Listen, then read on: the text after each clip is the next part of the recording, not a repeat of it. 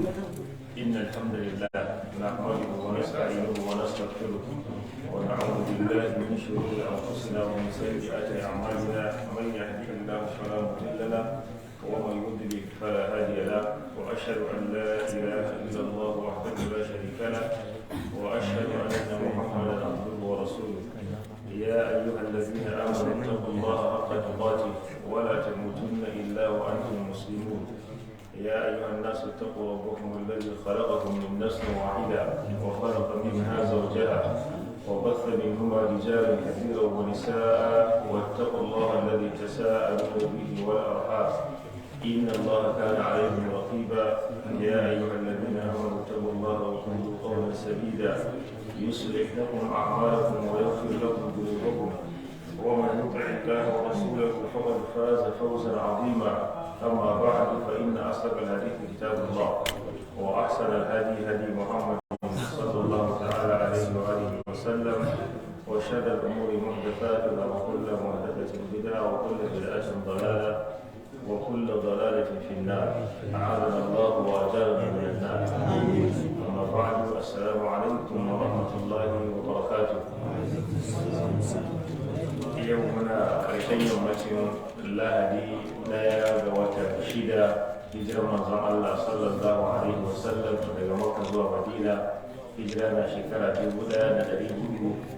1444 wanda ya daidai da 25 ga watan 12 miladiya shekara 2022 rana da muke karatun littafin Riyadus Salihin wallafan babban malami Abu Zakariya Imam An-Nawawi Allah ubangiji ne ke roƙo ya jaddada rahama a gare shi da saka masa da mafificin alkhairin da yake saka wanda suka hidimta ma addini Allah ubangiji ya daidaita harshen mu faɗa abin da yake daidai ya sa mu ji abin da yake daidai ya kuma ba mu ikon aiki da daidai ya kare harshen mu daga tuntuɓe ko faɗa abin da yake kuskure Allah muna roƙonka ka amshi wannan zama namu ka sanya mana shi a mizanin mu na kyawawan ayyuka karatunmu na ƙarshe mun karkara babin da yake karatu a kan abin da ya shafi haramcin wulaƙanta musulmi yau za mu shiga babun nahi an izhari shamatati bil muslim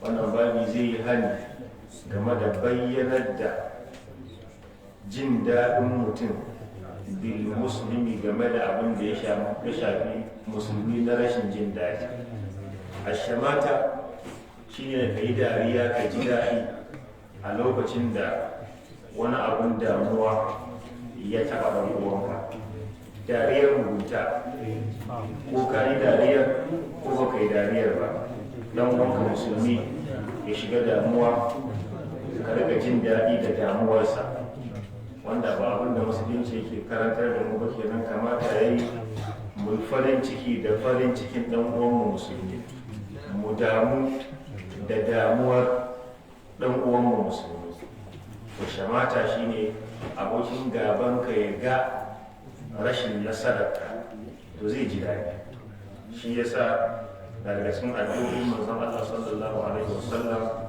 daga cikin ababen da ya roki Allah tsari shine shamatatul a'da ya Allah kada ka sa makiya su mun dariya abinda za su mun dariya ya same ni har su ji daɗi su mun dariya shi yasa annabi Harun da shi da annabi Musa ko lokacin da ya dawo ya same shi mutane sun bijire sun je suna wutan dan maraƙi da ya kama gemun ɗan uwan nasu Haruna annabi Musa kenan ko sai ka ce mashi wala tushmit biyal a'da kada ka sa abokanan gaba su yi min dariya ma kai da yake kai ne nawa kuma ka dawo a gaban su kuma ya zama kana yin ma abin da yake ba daidai ba to sai su yi min dariya wannan babu abin da zai hana mu yi kenan Allah ya sa mu dace qala Allah ta'ala Allah madaukin sarki yake cewa innamal mu'minuna ikhwa lalle mu'minai ƴan uwan juna ne lalle mu'minai ƴan uwan juna ne idan ka mu'mini ɗan uwanka ne na gaske to ya kamata ne ka yi murna da farin cikinsa ka kuma yi damuwa da damuwarsa mutum dan uwanka ya yi hatsari, ya samu rashin lafiya, ya samu karayar tattalin arziki ko an samu wata matsala, kamata ya yi masa jaje ba ka rika jin daɗi ba. yauwa ai sai mu ga ta tsiya sai mu ga ta fankama yanzu a ta duka wannan kuma muna yi da musulunci na so ya karantar da mu daina, ba ɗabi'a ba ce ta muminai. wa qala ta'ala, a wurin Allah yake cewa innal ladhina yuhibbuna an tashi al-fahishatu, lalle waɗannan waɗanda suke son alfasha, abun ƙi, abun mummuna ya yaɗu fil ladhina amanu, game da waɗanda suka yi imani, lahum azabun alimun, to a sanar da su suna da azaba mai raɗaɗi fi duniya, a duniya wal akhirah, sannan kuma suna da azaba mai raɗaɗi a lahira. Asalin ayar tana magana ne akan su Abdullahi bin Ubay bin Salul da shi da tawagarsa a lokacin hadithatul ifki da ta faru game da Aisha ummul mu'minin radiyallahu anha. Kissa ce wadda an santa, ba abun sha'awar maimaita ta bane dan ba abu bane mai daɗi, amma idan ka ce hadithatul ifki to kowa ya fahimci abin da ake nufi. To su ne suke ta ƙoƙarin su yaɗa wannan kasafi da aka yi ma Aisha saboda su ga sun yi mata baƙin fenti.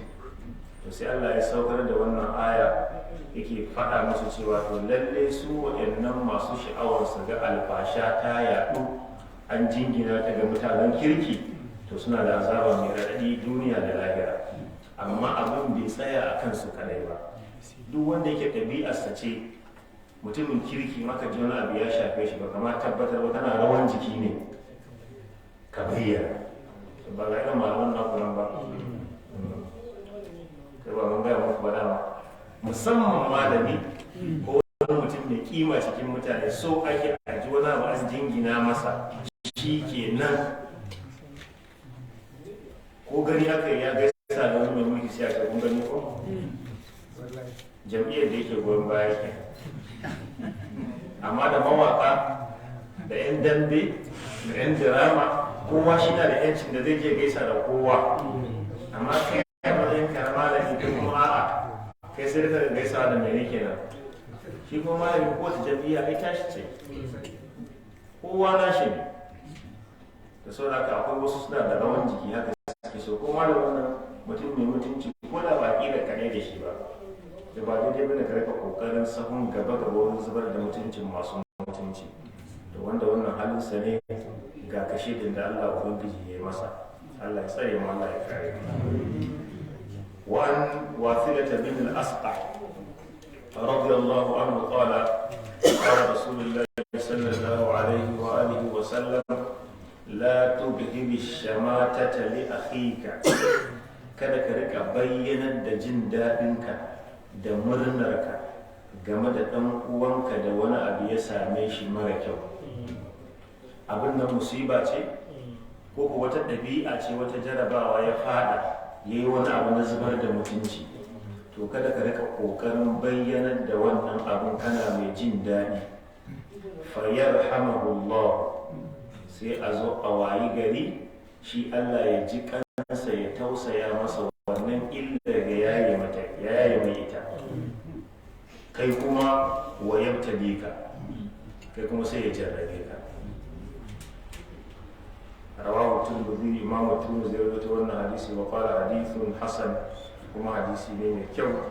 Akwai wani hadisi da yake karfafa wannan zancen, duk da yake malaman hadisi sun ce wa fi isnadihi nazar, amma hadisin mun san shi sananne ne. Hadisin na cikin sunan na Imam Tirmidhi, sannan Ibn al-Mundhir ya rawaito shi a cikin at-Targhib wa at-Tarhib, sannan Imam al-Baghawi a cikin Sharh as-Sunnah, hadisin da yake cewa man ayyara akhahu bi dhanbi, duk wanda yake kokarin aibanta dan uwansa musulmi da wani zunubi, to lam yamut hatta ya'malu, to ba zai mutu ba shi ma sai ya aikata wannan aiki. Mun fahimta ko? Wani lokaci shugaba ne kai, a'a kungiya ce kake, a'a matsayinka na mutum guda ɗaya ne ko shugabanni, sai aka ga wani ya samu wata dama amma santsi da fusga ta shaidan ta kwashe shi, kai kuma baka isa wurin ba tukunna, to kar ka zake da yawa, sai Allah ya jarrabe ka kai ka zo ka samu kanka kuma a wurin. Masu kuma fahimta ba, a matsayinka na malami kaga da uwanka malami yana wani abu za ka yi gyara, to kan ya zama kuma abin da cin mutunci, a yi gyaran da mutuntawa, kai ma wata ran za ka iya samun kanka a cikin wannan kuskura. A'a, dan uwanka ne ka gan shi yana shaye-shaye ko dan wani makwabcinka ko dan wani, to kada a rika firan kana driving pleasure a cikin maganar da kake yi, ya zama sun lalace, kana maganar kamar kana ma jin daɗi, to wallahi sai su zo su shiryu, kai kuma ƴaƴanka yanzu baka ma haihu ba, baka ma san wahalar rainon yaran ba, su kuma su zo su zama ustazan anguwa, kai kuma lokacin da yaran naka za su taso kai ka manta maganganun da kai ta yi. Saboda duk wata musiba da kai wani ya samu kai shi a ciki ta saban Allah ne ko ta wani abu, to ko da ana magana ya zama ana yi ne ta fuskar tausayawa da kuma jajantawa, ba kana yi kana jin daɗi ba. Sai a wani gari Allah ya jarrabe ka da abin da ka tsana, ya jarrabe ka da shi, kun san ya fi ciwo, abin da ka tsana kake ta suka kake ta ɓaɓatu a kan shi, kuma Allah ya zai jarrabe ka kai kuma da shi. Na fata mun fahimta, to mu iya bakin mu. Annabi ya mana kashe ni, in ba a kula ba sai Allah ya yaye mu wancan damuwa da kai kuma ka zo ka samu kanka a cikin ta, kai kuma wa zai yaye maka yanzu? Allah ya kare mu, Allah ya sa mu karfin harsunan mu da bakunan. Rawahu Tirmidhi wa qala hadithun hasan. Wa fi al-bab hadith Abi Hurairah as-sabiq. Game da wannan babi akwai hadisin Abu Huraira wanda ya gabata fi babin tajassus, a babin da muka karanta ba da jimawa ba na hukuncin tajassus, cewa kullum muslimi ala muslimi haramun al-hadith, hadisin yana da tsawo. Babu tahrim at-ta'am fi al-ansab ath-thabita fi zahir ash-shar'i. Wannan babi zai magana akan haramcin yin suka game da dangantaka athabita wadda ta tabbata fi zahiri shari'a, a zahirin shari'a. Musan dangantaka ko lineage na mutane tsari ne na wani, tsari ne na Allah, to ba a so haka nan kawai ka zo ka rika sukan wata kabila ko wani family, matukar abin ya tabbata cewa a zahiri a shari'ance to dangantaka ce. Amma idan ɗa ne wanda yake ba na sunna, kun ga ko da ana zargin wane ne baban shi wane ne baban shi, to kai kuma yanzu ba za ka danganta shi da wancan dangin ba, tunda bai tabbata cewa a zahirin shari'a ɗan wannan dangin ba ne, sai idan wasu abubuwa sun tabbata. To ba daidai ba ne a rika sukan wata ƙabila ko wani gari kamar yadda muka karanta a babin da ya gabata, na daga cikin al-ta'an fi nasar, wanda za mu ji hadisi a kai insha Allah. Qala Allah ta'ala, Allah madaukakin sarki yake cewa wallazina yu'zuna al-mu'minina, lalle waɗanda suke kokarin cutar da mu'minai maza wal mu'minati da mu'minai mata bi ghairi maktasab, ba tare da abin da suka aikata ba, mana ba su ji ba ba su gani ba, a rika cutar da su ko a cutar da jikinsu ko a cutar da su da magana, to lalle masu yin wannan faqad yahtamalu buhtanan wa ithman mubina, hakika sun riki kirkirar ƙarya da kuma zunubi bayyananne wanda yake yana da girman gaske. Wannan ma mun karanta ayar ba da jimawa ba a babukan da suka gabata ko. وعن ابي هريره رضي الله عنه قال قال رسول الله صلى الله عليه واله وسلم، manzon Allah tsira da amincin Allah su fara tabbata a gare shi yake cewa ithnatani fin nasi, wasu ɗabi'u guda biyu a cikin mutane, huma bihim kufru, su wayannan ɗabi'un kafirci ne a cikin mutane, ko ka ce butulci ne a cikin mutane. Wasu ɗabi'u ne waɗannan, al-ta'adu fi nasabi, shine suka cikin dangantakan mutane, a daga kiran dangantaka ana aibanta ta a inda jinin wani ne ai kaza ne, a inda yare kaza ne, inda yan gari kaza ne, a babu yan gari kaza da ba su da na kirki ba su da na banza, babu yaren da a cikinsu babu na kirki babu na banza, babu kuma yaren da aka ce wannan yaren su ranar alƙiyama yan aljanna ne ba hisabi a kansu, aljanna za su shiga ko kuma babu yaren da aka ce su gaba ɗayan su yan wuta ne. Saboda haka laifi ne, jahiliya ce a rika aibanta mutane don wani ɓangaranci ba don abin da suka aikata ba. Wani ya hatu alal mayyiti da kuma yin kuka, kururuwa, ihu ga mamaci. To shi ma na daga cikin abubuwan guda biyu. Na shiga uku na lalace, wayo Allah bango ya faɗi yanzu ya za a yi, kai ka san yadda za ka yi. Ana jimawa ka gama kukan hawayen ya bushe, can an jima za ka nemi girki ne. Ko ba ku gani ba ne? Ai abin da zai faru kenan, shi ba bai tawaye, mutum ya yi ma zai koma. To akwai mutanen da su kuma aikinsu kenan, wai za a yi mutuwa ne, za a je a yi hayansu su zo gida su yi kuka. Wai yin wannan kukan shi ke nuna ƙauna ga mamacin, kuma an nuna damuwa da a rasa shi. Akwai wasu yanki a ƙasar nan tamu Najeriya ba wani wuri ba, akwai mutanen da an yi mutuwa ake ɗauko hayansu su zo su yi kukan ƙarya kuma a biya su. Yana faruwa ko bai faruwa? To wannan din laifi ne babba. Kai da aka ma mutuwan ma an hana ka yin wannan ihun da kururuwa, amma kuka da mutum zai yi na tausayi ko kuma na jin zafin ya rasa ɗan uwa, wannan ɗabi'a ce, mutum ba za a iya hana shi yin ta ba. Annabi sallallahu alaihi wasallam lokacin da yaransa Ibrahim ya rasu, an ga ya zubar da hawaye. Sahabbai suka ce kana mun kuka kuma gashi mun kaiwa kana kuka. Kace a wannan rahama ce Allah ya sanya ma bayinsa. Amma kuka da a rike ka ga mutum na fadi yana birgima ana kamo shi, musamman mata sun fada ba ko da duka wannan. Wasu kuma wallahi duk munafurci ne, wasu ba bai kai zuciya ba, kawai drama ce a nuna ai wacce da aka yi kazan mata nuna damuwarta. Ai damuwa da mutum akan nuna ne tun yana da rai, ka damu da shi, ka mutunta shi. Amma mutumin da baka san darajar shi bai bayan ya mutu da bakara ba tukokin banza, me kuka zai tsina na mishi, zai tsina na mishi. To wannan din kafirci ne ko butulci ne. Amma mu sani cewa ma'anar niyaha din nan yana da fadi ba. Kallaman tajid ya kubuta, sai dai shi karatu dole a yi, ko da mun yi tarayya wurin aikata abu, in karatu ya yaki abu kuma dole a faɗe shi. Yanzu kuma ya rage mene? Ya rage namu, ba compromise. Amma idan ɗaiɗaikun mu za mu taru mu rage mu gyara sai a samu sauƙi. Abinda Muhammad Salih ibn Uthaymin yake cewa game da abin da ya shafi wannan hadisi, kuma ya kafa hujja ne da bayanin sahabi, cewa na daga cikin anniyaha ma yaf'aluhu ba'dun nas, abinda wasu daga cikin mutane suke aikatawa al yau lahadi kenan a wannan zamanin, a wannan lokacin.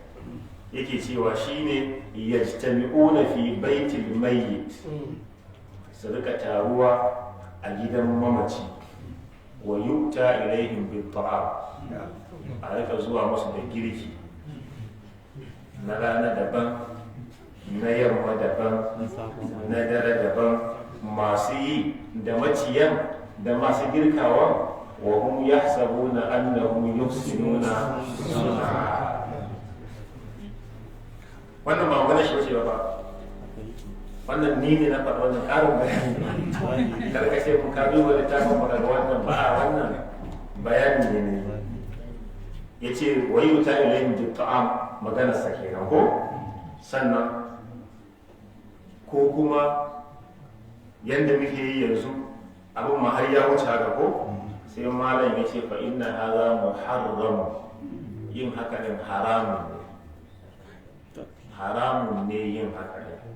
Jarir bin Abdullah al-Bajali mun san shi ko?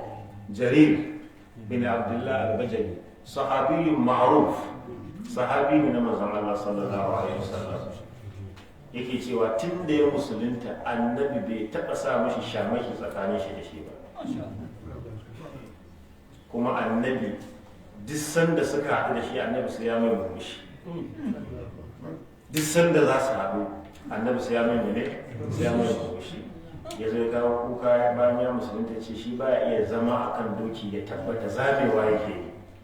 Annabi ya kama kirjin shi, ya daga kirjin shi da hannun annabi mai daraja, ya shafa kirjin shi, ya mishi addu'a, ya ce ya Allah ina roƙon ka bashi sabati kuma ka bashi shiriya, Allah ka sanya shi ya zama shiryayye mai shiryarwa.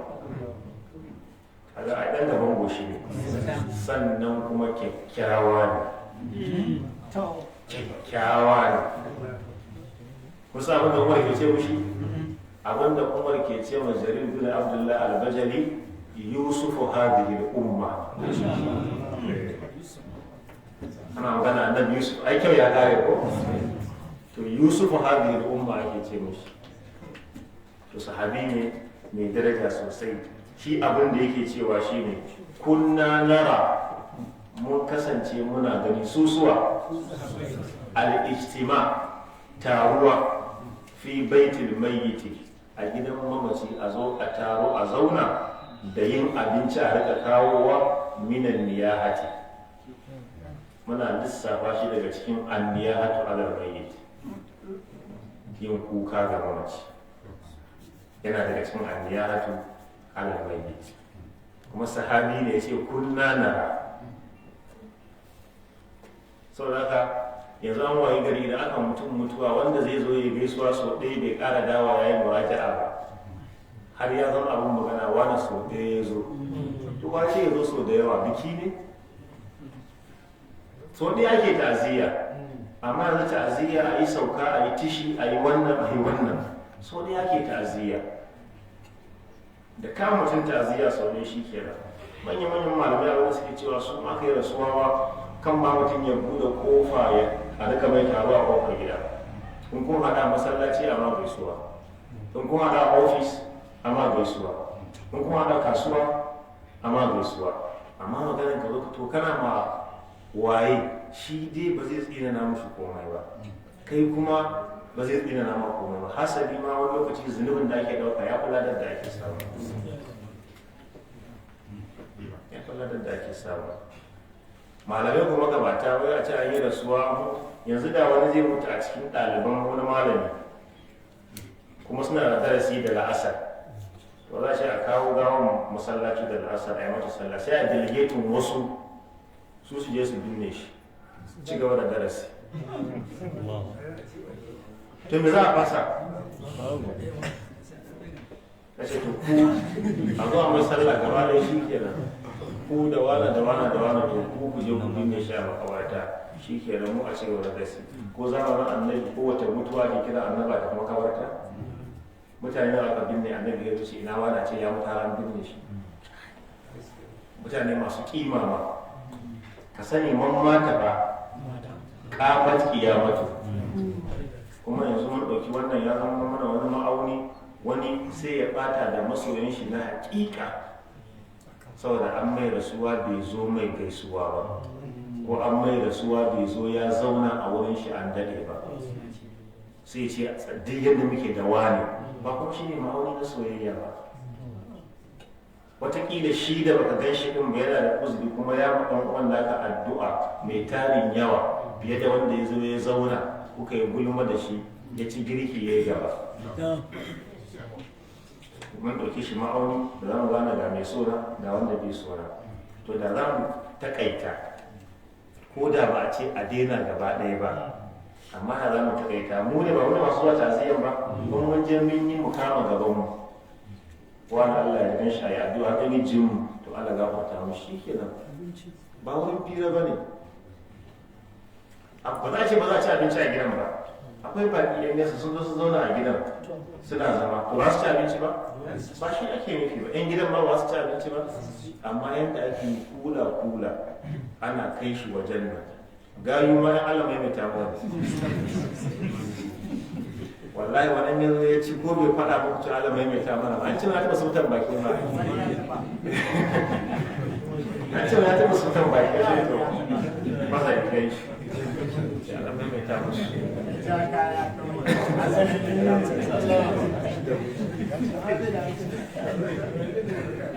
ni an yi wata rasuwa muna wurin a kan layin fasan girki suka zo lokacin ranar ba kawo abinci ba to wasu nan ba su kawo abinci ne wallahi abincin ya kawo su sannan in za ka je kana yi avoiding lokacin cin abincin ka je ba lokacin cin abincin ba in ka ɗan yi ka wuce amma wani aka yi rasuwa to gaba ɗaya kuma zaman makokin ya zama majalisar hirar shi ta la'asar har a gama in bakwai ne har a yi bakwai in kwallon ya dawo aiki ne ya je ya zauna in kaza ne ya je ya zauna ya zama mishi can ba kuma yanzu na wanda ba su zo bane su zo su kai kayi katin wanda bai zo ba ya zo ya shi kenan yanzu kuma da za a mutum mutuwa yau zuwa gobe a ce ya tafi ofis sai ce bai damu da mamacin gashi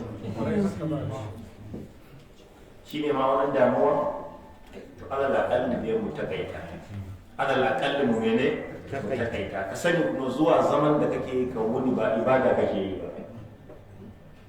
ba ibada kake ba babu kuma ladan da ake baka na wannan zaman da kake yi ladan da za a baka shine ka zo ka yi ta'aziyya ka yi addu'a to ka gama kenan zaman nan kuma kana zaman kanka ne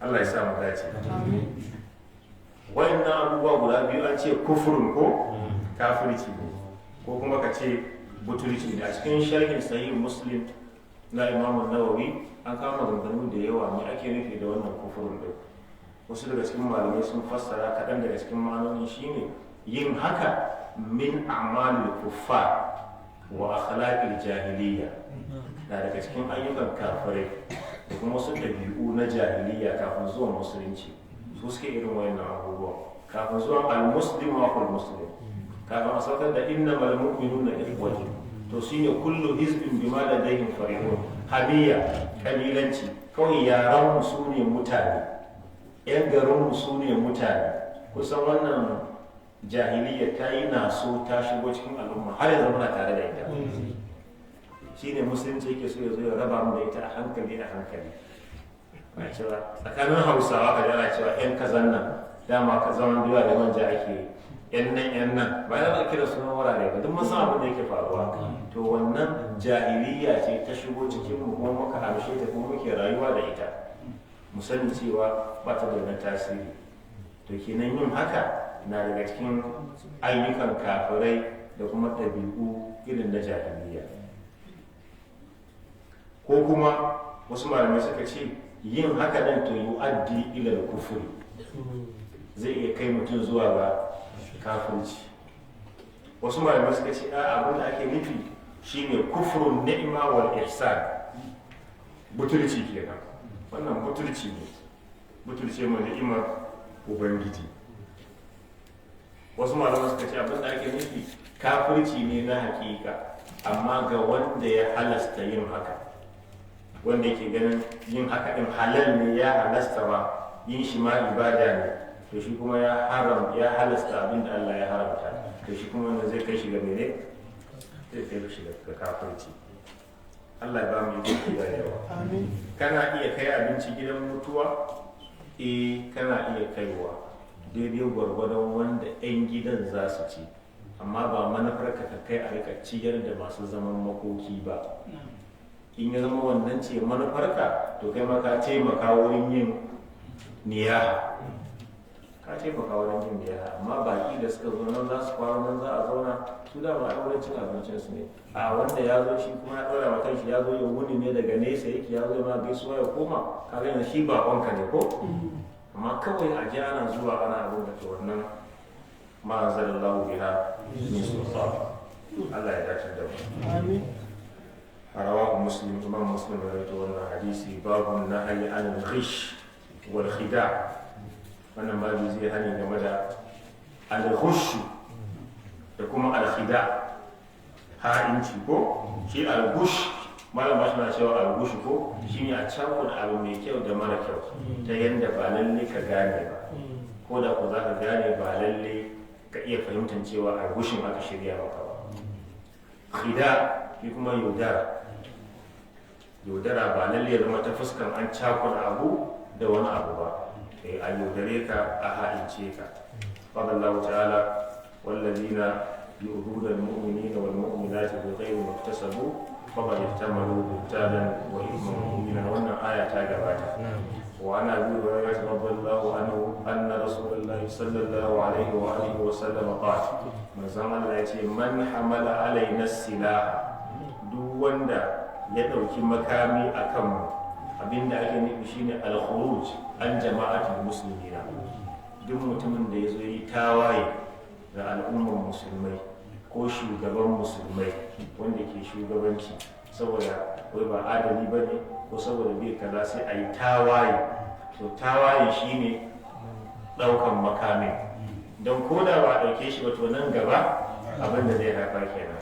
To yin tawaye a fita daga jagorancin wani shugaba na musulmai ko jama'ar musulmai, to shi ake nufi da ɗaukan makami a kanmu. To fa laysa minna, baya tare da mu. To ana nufin me kenan?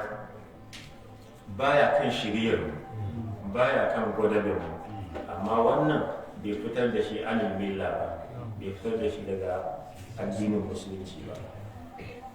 Wa man ghashana, kuma duk wanda ya ha'ince mu fa laysa minna, baya tare da mu. Rawahu Muslim, rawaito wannan hadisi. Wa fi riwayatin lahu, a wata riwayar tashi, shi wa kenan? Na'am?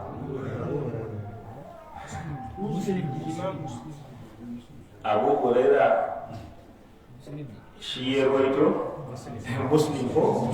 Na'am. Anna Rasulullahi sallallahu alaihi wasallam marra ala subrati ta'ami. Annabi ya wuce wani tarin abinci. Subra shine abin da aka tara shi, wannan asalin shi ana auna shi da ma'auni ko kuma ana auna shi da skeli. To amma yanzu an tara shi bila kailin wala wazni, ba auna ba, ban tana ka ce tarin abincin ya kai loka kaza, sannan ba wanda nauyin shi wanda aka ce kilo kaza. To irin wannan shi ake ce mu mene? Subra. Wani tarin abinci a cikin wani abu da ya zo wucewa, fa adkhala yadahu fiha, sai ya saka hannun shi a cikin abincin, ya saka hannun shi a cikin haka. Fanalat asabi'uhu balalan, sai yatsun annabi suka taho danshi da lema, kuma asali abun ya kamata busasshe ne. To shi kuma wannan lema alama ce da ke nuna an yi wani ha'inci, abin da an samu ruwa zai iya kumbura shi, sai ya ƙara kwantitin abun. Mun fahimta ko? To sai hannun yatsun annabi suka ɗauko wata lema. Faƙala, sai annabi ya ce, ma haza, menene wannan ya sahiba ta'am, ya kai wannan mai sai da wannan abinci? Ƙala asabatu sama, sai ce ruwan sama ne ya bige abincin. Asabatu as-sama, girgije ko kuma sama, an kira sama saboda ruwan daga saman yake zubowa. Ya Rasulullah, ya manzon Allah, ya faɗa da girmamawa da neman albarka. Qala sai annabi ya ce, afala ja'altahu fawqa at-ta'am, me yasa baka sanya mai leman a saman abincin ba? Shi inda ya cike din, me yasa baka kawo shi sama ka zuba ba? Hatta ya rahu nas, har mutanen da za su siya su yi gani su gane cewa to ruwan sama ya bige shi. Me yasa ka ɓoye shi a ƙasa?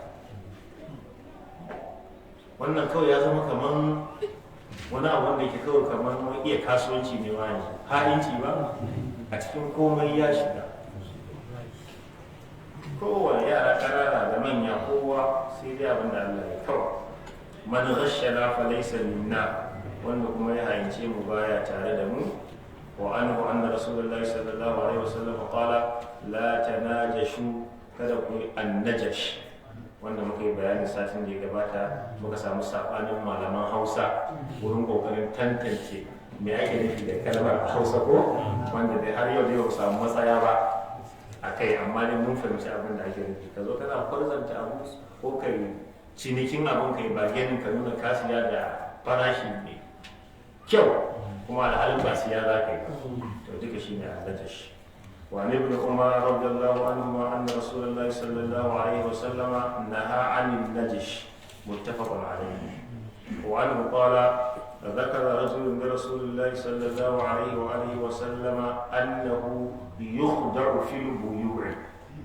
an ambata ma annabi cewa akwai wani mutum yana ha'inci yana yaudara wurin cinikayyarsa tun a zamanin ruwa tun a zamanin manzon Allah sallallahu alaihi wasallam fa qala rasulullahi sallallahu alaihi wasallam sai annabi ce man bayata to tunda haka ne duk wanda zaka kulla ciniki da shi fa kul sai ka ce mishi la khilabata to babu yaudara ba ha'inci kenan a bisa wannan an buga abin da ake ce masa khiyarul ghabr kenan idan ya bigi hancinka bayan ka tafi sai ka gano cewa ya bigi hancinka to kana da damar da za ka zo ka wawar cinikin tunda kun yi sharadi ba zamba cikin aminci babu kaza wal khilabatu bi khalif mu'jama a karanta da khawu mai dugo مكسورة بكسرة وياء موحدة وباء موحدة وباء مكتوبة وهي الخديعة شنو يودرة. وعن أبي هريرة رضي الله عنه قال قال رسول الله صلى الله عليه وسلم من خبب زوجة امرئ duk wanda ya ɓata matar wani mutum.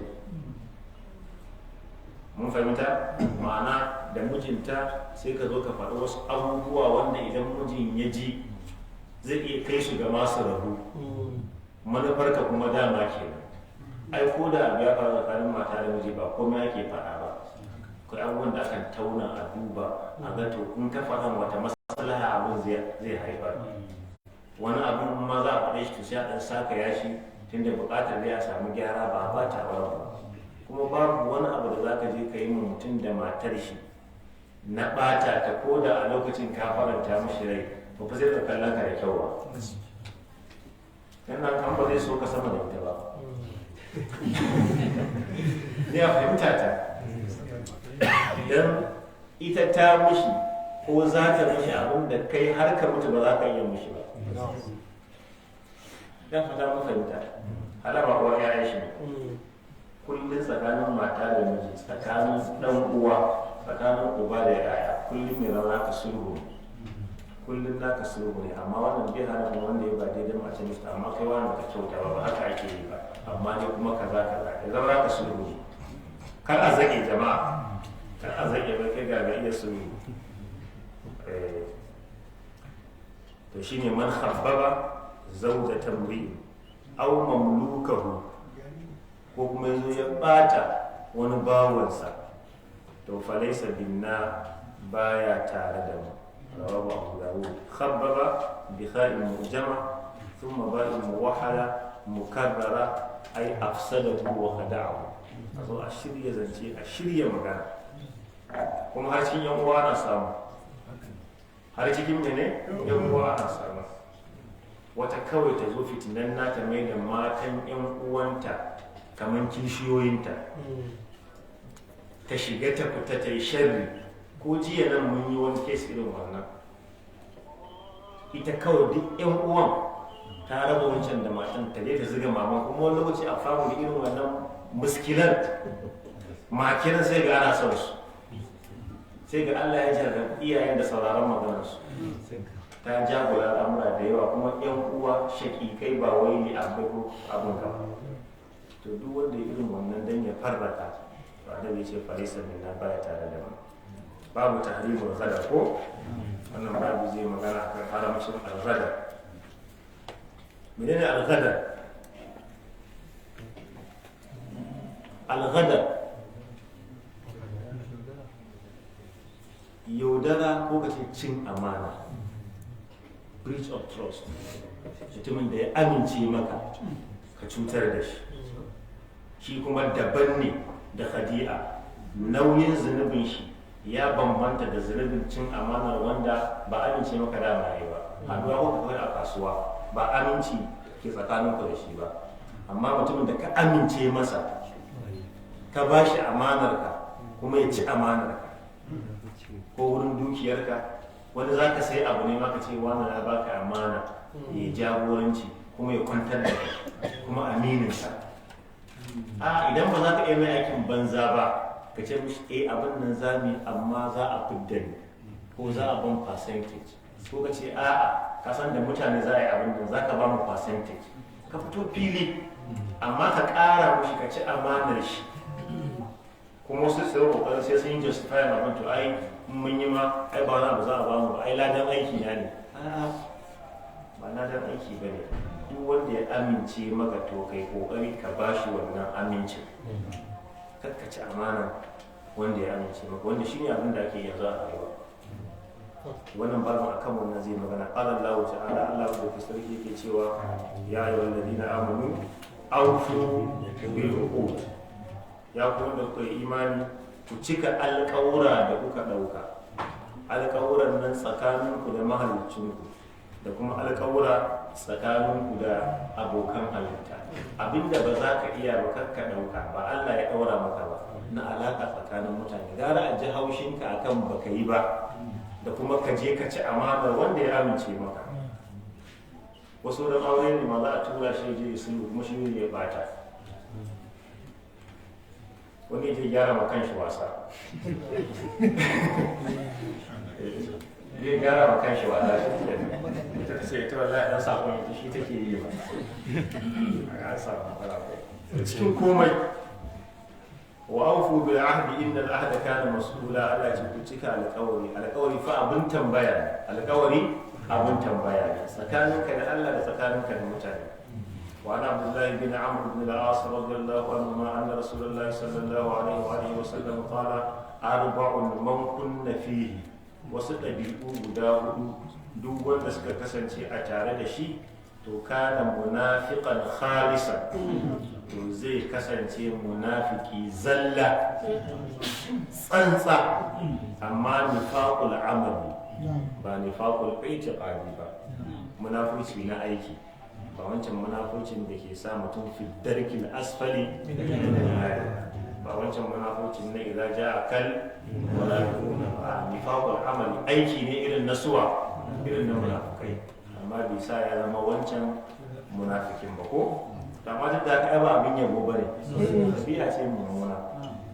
wa man kanat fi khaslatun minhunna kana fi khaslatun min an-nifaq, wanda bai tara dukan ba ɗaya yake da shi to yana da ɗabi'a ta munafurci a tare da shi, hatta ya da'aha har sai ya barta.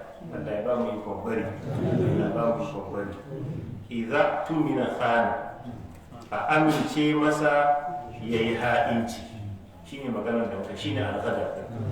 A amince maka ga ha'inci mutum abinda ciwo. Wa idza haddatha kadhaba, idan zai ba da labari kuma sai ya ƙaryan nan ko ya canza labarin ko ya ƙara gishiri a miya ko ya wasu abubuwa da labarin ya ƙara daɗi ko.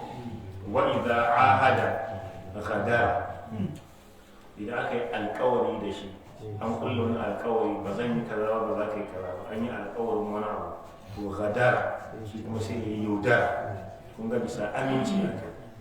wa idza khasama fajara, in kuma aka yi jayayya da shi fajara sai ya fajirci, ya faɗi maganganu ko a yi zage-zage ko ya claimin wasu abubuwan da ba nashi ba ne, ko ya dinayin wasu abubuwan da na wani ne a kan shi, suna tare da shi yana bin shi ba shi ko akwai wani abu sun haɗa da an samu husuma duk ya dinayin abubuwan kuma dama ba shaida. Fajara ko ya kalmomi na fajirci, a wata bayar kuma hajara kawai su ya kaurace masa. Muttafaqun alayhi Bukhari da Muslim. To kowa ne lissafa nawa ya hada. A maganar gaskiya ne ai mu ne, ba na wasu bane, namu ne. Kowa ya san da jinsu, kowa ya san wanne yake da shi. Ya za ka yi ka gyara, ya zan yi in gyara, ya za mu gyara, to shine ribar hadisi, shine kuma ribar karatu. Idan irin wannan matsalolin a zamanin Annabi sallallahu alaihi wasallam aka samu su, to ashe yanzu ma za a same su, min babi aula ma yanzu a same su. So me amfanin karatun shine ya za a yi gyara. Wani dai ya hangu yana da ɗaya, to yana da fasla ta munafuci kenan kuma da ya batta ya tsira. Wani kuma shakundun ne, ana sa babu shi a nan, ana sa babu shi a nan. Allah ya ba mu duka nisanta duka abubuwan nan, wato sai an yaƙi zuciya ne, a dage a yaƙi zuciyar dan a tsira, sannan kuma a yi ta addu'a. Wanda ya fi ƙarfin ka kuma Allah ya sani, Allah ya yafe mana, amma kada mu rika wanda rating ɗin zunubai muna kallon su cewa dan wannan dan wannan dan wannan, shi ke taruwa kuma ya jika mutum aiki. Allah ya ba mu kiyayewa. Wa an ibn Mas'ud wa ibn Umar wa Anas radiyallahu anhu, an samu wannan hadisi duka ta hanyar wayannan sahabbai. Qalu suka ce qala annabi sallallahu alaihi wa sallam, annabi sallallahu alaihi wa sallam yake cewa li kulli ghadirin liwa'u, kowane mayaudari yana da tuta da za a bashi ya rike yawmal qiyamati, ranar alqiyama. Yuqalu, sai a ce hadhihi ghadratu fulan, wannan ita ce yaudarar wani, wannan ita ce cin amanar wani. Mun fahimta ko?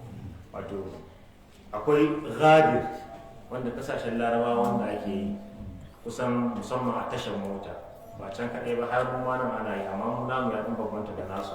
Za ka samu motocin kowace anguwa ko kowane wuri a gaban mai lodin farkon ba akwai ta tuta da ake sawa, sai a rubuta wannan motar za ta tafi wuri kaza ne.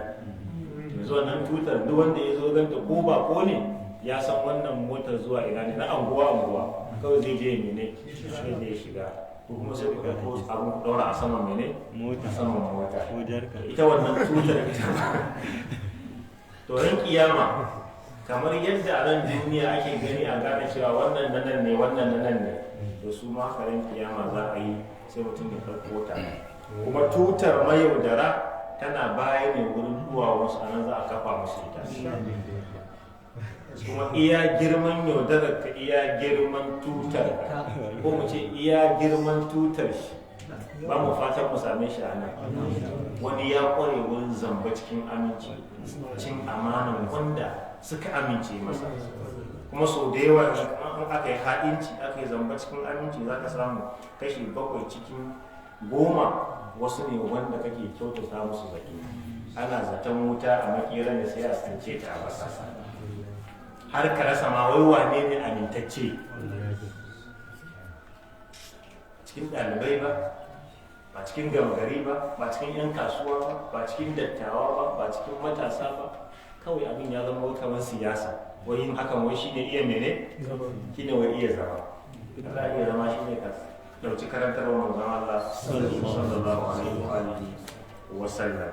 To me amfanin ba da wannan tutar?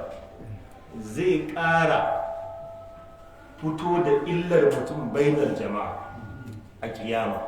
Duk wanda aka shi da tuta za a nuna wannan yaudarar wani, kenan wanda bai san cewa wannan mai cin amana ba an gani, kuma kowa zai karanta.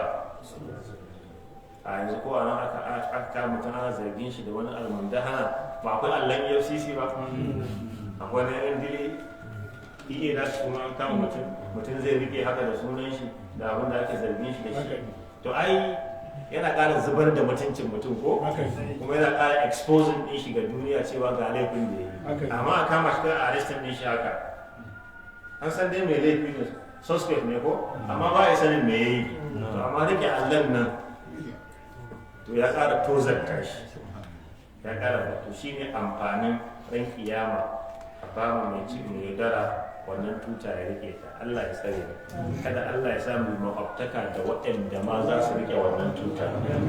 Allah ya samu kuma mu daddage mu daddage abubuwan suna da wahala, amma amfanin karatun kenan. Kada ya zama abubuwan da muke karantawa a same shi a cikinmu, a rasa shi a wanda baya cikin a waje. Ka samu rabi zuwa makaranta bai kaza, amma kuma yana da mene, yana da amana. Kai kuma kana zuwa makaranta ana cewa a ba wani kaza, amma kuma ba aminci. Kuma wallahi duk abin da muke yi, dukan mu nan ba wai ina magana ne kadai ba, mutane suna nan suna kallon kowa suna hukunta kowa. Karka da kan ba maka magana sai ranar ta ba shi tuku a lokacin za a gane cewa mutane ba suna kallon ka kar kuma sun san me kake yi. Wani lokaci ana ɗaga ma kafa ne alaƙar malamin yara na islamiyya ko kuma ka rasa wata kima, amma duk sanda ka je ka taɓo musu dan jazon ɗinsu to a lokacin za ka gane cewa ashe tuntuni kallon ka kawai ake yi. To ka iyayenka wurin tsara mutuncinka don tsara mutunci addini ne, ka bi waɗannan ɗabi'un don ka haɗu da ubangijinka lafiya sai ka zauna lafiya. Allah ya ba mu ikon kiyayewa, ya ba mu ikon kiyayewa. Wannan zan karanta ne da aka bani duk yaro ya yi aure yau, amma an sa yau a cikin bracket a sa shi a addu'a. An janye yau ɗin kenan. Yau an janye yau ɗin ko? Mun sanar dama ko da ɗaura auren wanda wace za a yi a dange ko to kuma an ɗaura jiya da mako shekarun jiya yau da ya yi. Allah ya sanya albarka, Allah ya bada zaman lafiya. Akwai dan uwa Abbas Khidir, shi ma ya wuri ranar Juma'a, muna addu'a duka Allah ya sanya albarka a cikin auratayya. Layi yana ta tafiya insha Allah. Ku haƙuri za a ɗauka mu. Insha Allah ku yi haƙuri. Assalamu alaikum, malam menene hukuncin zaman mata gidan mutuwa? Menene hukuncin zuwan mata gurin sallar gawa da zuwa makabarta? Da yaushe ya kamata su je yin ta'aziyya? Wassalam. Allah ya ji kan mahaifanmu baki daya. Wannan shi ne 3 in 1 kenan ko? To na farko ai mun yi magana kan zama gidan mutuwa. Zama gidan mutuwa. In dai mutum abin bai shafe shi ya zauna ba. Akwai wanda ya shafe su zauna, akwai hidindimun da ake yi a gidan mutuwa da wasu ayyuka da wasu abubuwa naka ne na jiki. Yanzu matar da mijinta ya rasu, akwai 'yan uwanta, 'yan uwan mijin da za a zo ta tashi ta komai da komai, ai tana cikin damuwar da wasu abubuwan dole sai an taya ta. Akwai irin wannan, amma kawai a je a wuni ina wacce ai tana gidan gaisuwa, tana gidan gaisuwa, su ne masu an san gaisuwa. Yadda muka yi bayanin na maza haka bayanin na matan yake. Mun fahimta ko? Sannan mata suna iya ma gawa sallah, ko dai a je kamar yadda mazan suke a yi, amma ga wurinsu daban, kamar yadda ake a harin. Mun fahimta? Matukar ba za a samu cakuɗayya da sauran abubuwa ba. Sallar farilla ma an ce a kula da wannan dokokin, bantana sallar jana'iza wanda fardu kifaya ce ba ainihin bace, sai ta zama ainihin a kanka. To kun har hakan zai haifar da wasu abubuwa ko ba wa bijin mai kyau wanda za a yi, to sai a kaurace ma hakan ba dan hakan bai halasta ba. Sannan kuma ana iya ba mata a gida, matan gida suna iya yin sallar su, in sun yi kuma amin kuma maza kuma su ma su je su sallar su. Mun fahimta? Ba kuma mata su taro kuma sai sun yi first batch na jami'i ba, kuma a ce su ma maza wani kakan yan uwan mamacin haka ba laifi da suna iya masa mata, sannan kuma a fito maza su ma su je su mai sallah su kai shi makabarta. Mun fahimta? Da yaushe ake zuwa gaisuwa? Lokacin da mutum ya samu lokaci. Kuma lokacin da in gaje zai same su. Ko ba haka bane? Lokacin ake zuwa, amma babu wani lokaci da ya fi falalawa na zuwa ta'aziyya. Babu. Na da kamar ko Usaimin da kudin ba su da magana kan wannan matsalolin, cewa wani ya rasu an mai rasuwa bai ji mai ta'aziyya ba, sai bayan wani lokaci ko ya kira shi a waya ne, irin sai wannan yake nuna damuwar shi kaman me yasa sai yanzu. Yana magana irin matsalolin mutane da ake ɗaukar magana ta'aziyya da gaisuwa. Amma dai kuma mu sani akwai haƙƙi in an ma mutum rasuwa a mai ta'aziyya a mai gaisuwa. Mun yi bayani kan wannan wani lokaci yadda muke mai da gidajen rasuwa, gidan da ba gidajen muharraman ka ba, kawai da an yi rasuwa kawai inna rutubu, kawai mutane a ta shiga cikin wurin mata. Wani mata bai shi wa kama gaisuwa shi bai sani ba, dama ce ya samu kawai na shiga gidan mutane.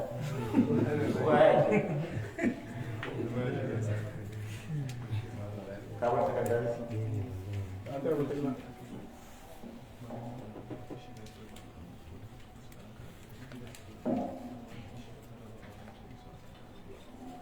hatta jiya ta aiko ni ko kowa da abin da ya dame shi ko wai ana maganar raba aure ne wata na saurare kuma an raba nata auren ita ma masu shiga da fita sun shiga an raba nata to tana roƙon a sa da cikin addu'a yan Allah haɗa shi ita kuna addu'a Allah ya gyara Allah ya gyara in mai gyaruwa ne kuma kwanan shi ya kare to Allah ya kawo mafi alkhairi ai shi addu'a ba a soke abu kuma addu'a muka yi mata kuma ita ce a yi mata ko to Allah tabbatar da mafi alkhairi su kuma Allah ya shirye su Allah ya shirye su na mutum ne wajen masu cin abincin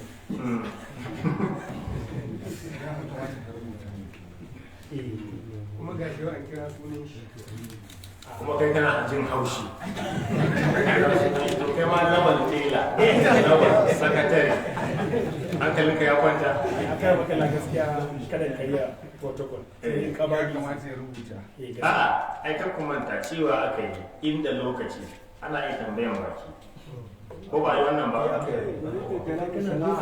ba shi da wani yana cikin ka'idar mu yana cikin ka'idar mu na masu cin abincin nan to tunda aka muka lamun karanta laifi ne kai kuma wanda kaga cewa an yi rasuwar kana da dama ka kai kenan da za a give you the right note abinda muka ce gidan an sa akwai bukata ko sunna ce kuma fa sunna ce sanda iyalan Jafar suka rasu Jafar ya rasu ko annabi ce ku aika ma iyalan Jafar abinci don suna bukatar abinci wani abu da zai shagaltar da su ya hana su girki ya same su ka aika gidan dan a ci mene akwai yara a gidan akwai yan gidan dole za a ci abinci ba maganar girki ba ne amma wannan ba laifi ba ne amma ka ce na ga mutane sun taru bari a kai saboda mene a raba wa mutane wani jira da abinci ya yi karanci bari da yamma zan sa a yi da yawa a kai ba fa yan cikin gida ba ne musu karanci a gaddawan nan ne masu zama kawai ga gidan mamaci wallahi ɗabi'a ce sai mazo mun yaƙe ta kamar yadda wahala ta sa muka rika yaƙa wasu bidiyoyin aure da wasu suna da wani kowa ya zama hada suna kowa ya daina tare suna saboda jiki magayi to yanzu wallahi an wayi gari ana ma mutane rasuwa wallahi wani yadda yake damuwa da abin da zai yaba a cin har ya fi damuwa da mutuwa don a san wanda dama mutuwar an riga an sa rai kowane lokaci zai iya mutuwa to in ba mu dawo mun yaki wannan abun ba to ana cikin wahala an mutu kawai wai an mutu awa ɗaya biyu maganar tukunya ake yi ba maganar kicin ake yi to ga yanzu mutane sun fara taruwa lokacin abincin rana ya kusa yadda ka san wata walima wannan gan aje a ci bashi wai sai an burge mutane biki aka zo haka ne gaskiya wallahi haka ne